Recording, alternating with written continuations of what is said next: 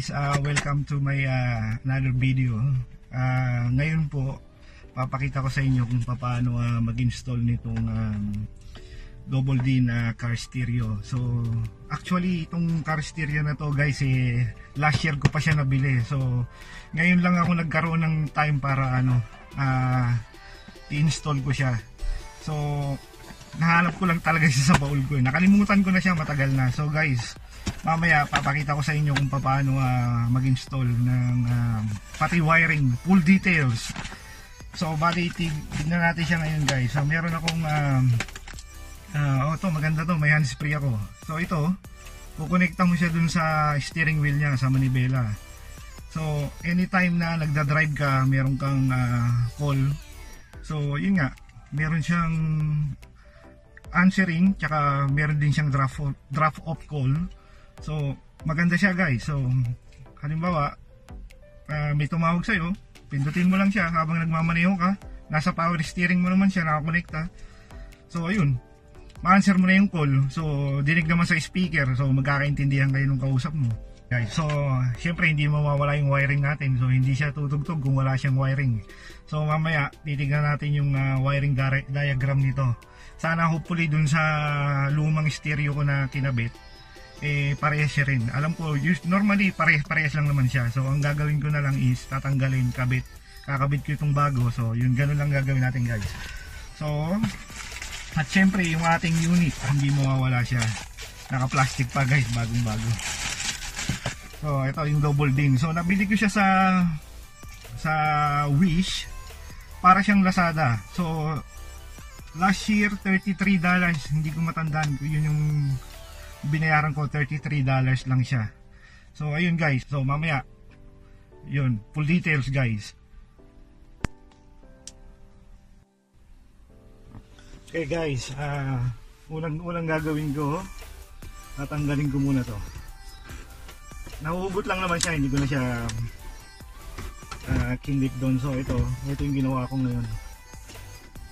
Ngayon, nilagyan ko siya kasi medyo, ito maliit kasi siya yung stereo na kinabit ko. So, para hindi lang siya makita yung loob. So, kaya ginawa ko. Ginawan ko siya ng takip. So, yun lang guys. So, tatanggalin ko yung power niya. And then, itong mga wiring guys, ito yung ginawa ko dati. So, ito yung lumang stereo. So, ang ginawa ko ngayon guys, so yung bali nakakonekta dito sa wiring nitong sasakyan, ipinasok ko na lang siya ngayon. So sinilagyan ko siya ng electrical tape. So hindi na ako nag-rewire pa. So hindi ko na to pinutol. So just in case may gusto ko namang ibenta yung sasakyan, so ibabalik ko na lang yung lumang talagang car stereo nito, yung original niya. Ipa-plug ko na lang siya. So ngayon ang gagawin natin, tatanggalin ko lang yung syempre yung electrical tape niya. Sabit yata guys parang malaki to, pero okay lang naman. Kaya lang nakaangat nga lang siya. Or ang gagawin ko, babakbakin ko to para magkasya siya ito, tsaka dito sa baba. So ito bali guys, ang ginawa ko ngayon is pinutol ko lang siya ng kaunti lang dito kasi hindi siya kasya. So yun ang ginawa ko ngayon. So nilagari ko lang siya. So hopefully magkasya na siya guys pagka sinalpak ko siya. So yun guys, bali nakonekta ko na siya lahat ng wirings niya. So ang ginawa ko ngayon is binalatan ko na lang siya ngayon yung mga wiring nung sa bago kong stereo. So ang ginawa ko, yung connection nung old niya, hindi ko na siya pinutol dito. So bali isinuksok ko na lang yung mga wires doon sa mga butas. Bali in order na siya guys. So yung wiring diagram nitong ng car stereo dati, kinonekta ko na lang siya doon sa luma niya. So hindi na ako nagputol ng wire para i-connect siya isa-isa doon. So ngayon ang gagawin ko na lang dito is babalutan ko na lang siya ng electrical tape. So ayan na guys, bali nabalot ko na siya ng electrical tape. So itong mga ibang kulay dito, kagaya ng green, pink, brown, orange, tsaka blue, hindi na kailangan yan. So ang bali ginawa ko, tinali ko na lang, in-electrical tape ko na lang siya para wala siyang masyadong wiring na naka-expose, para hindi siya makalat, so malinis siyang tignan. So yan na siya guys, nag-turn on na siya. So bumalik na naman siya sa dati ngayon. Kailangan ko na namang i-adjust. Actually this is guys, touchscreen na siya ngayon.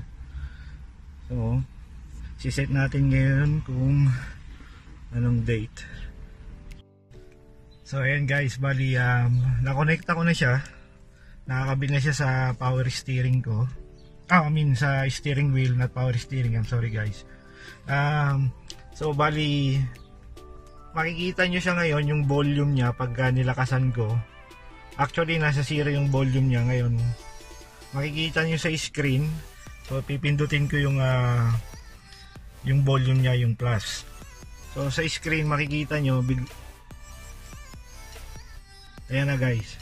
So yun lang guys, sana may natutunan tayo dito sa pag-install ko ng car stereo ngayon.